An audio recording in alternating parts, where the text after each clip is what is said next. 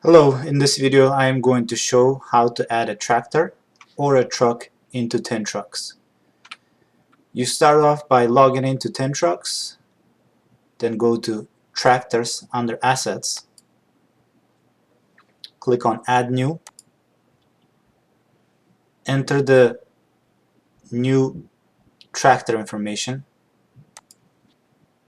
enter ownership information, enter the registration information.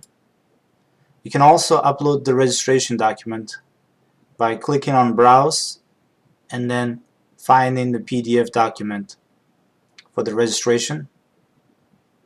Then finally enter the insurance information.